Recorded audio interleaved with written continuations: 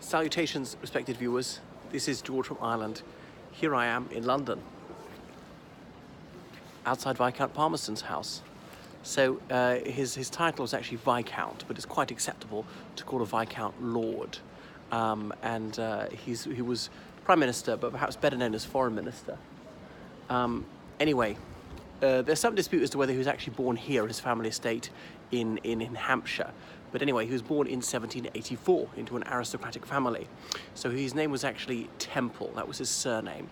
But they had this title, Viscount Palmerston, because of extensive estates in County Dublin. Palmerston is just outside Dublin to the west.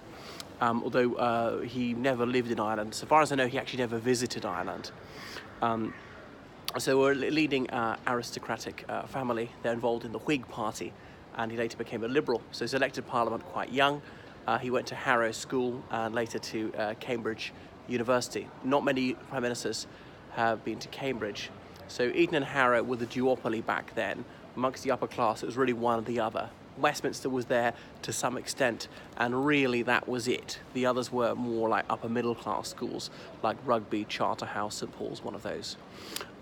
Because he hadn't inherited his title yet, he was still allowed to be elected to Parliament. If he had the main title of his family, Viscount Palmerston, then he wouldn't be allowed to be elected to Parliament. Obviously, he eventually inherited that title from his father when his father died, so Viscount Palmerston went to the House of Lords.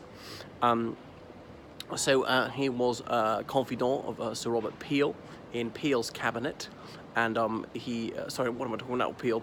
In Grey's cabinet, and later in Viscount Melbourne's cabinet. Melbourne, after whom the city of Melbourne, Australia, is named.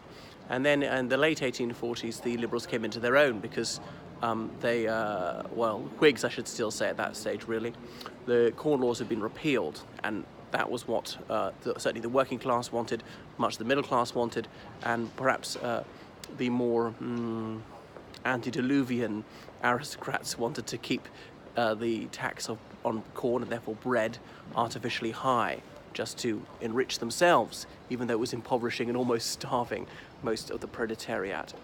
So Viscount Palmerston had a attitude of gunboat diplomacy, saying that the long arm and the strong arm of England should protect British subjects wherever they are.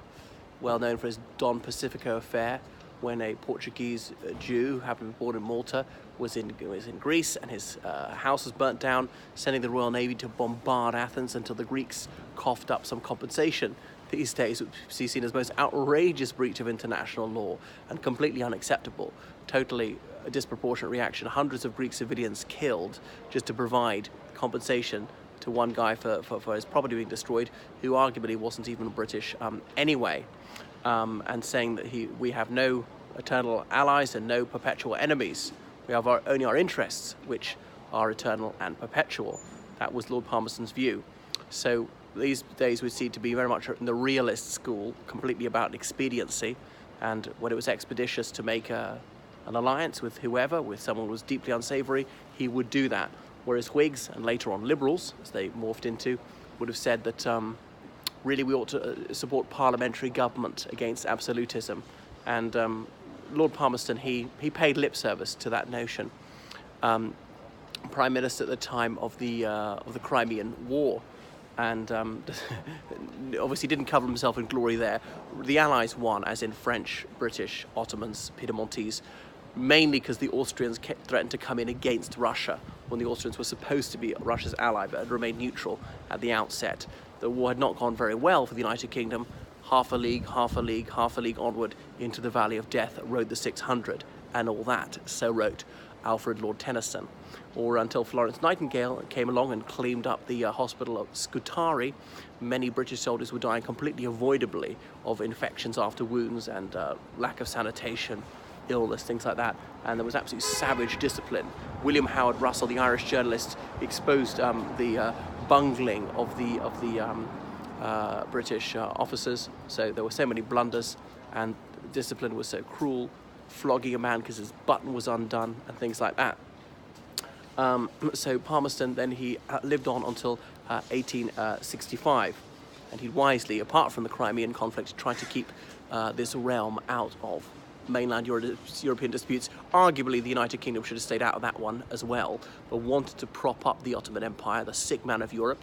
Amazing it lasted another 50 years, because otherwise Russia would grow too mighty, would break through to the Mediterranean, realize their dream of getting back the second Rome, Constantinople, or Istanbul as we now call it, and the Russian Navy would be in the Mediterranean, which would imperil British paramountcy there. It was a British Mare Nostrum at the time. There'd be Russian colonies in the Middle East and so forth.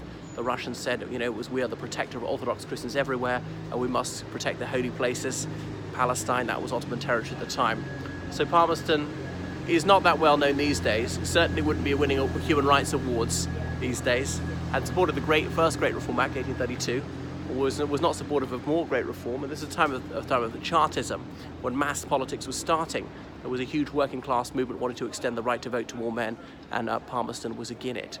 So there he is, Viscount Palmerston, a dryly cynical figure who sired a love child whilst he was in Downing Street, until Blair came along. He was the last man to become a father whilst in Downing Street. I mean, almost all prime ministers had children, but he was born before they became prime minister, not whilst they were First Lord of the Treasury.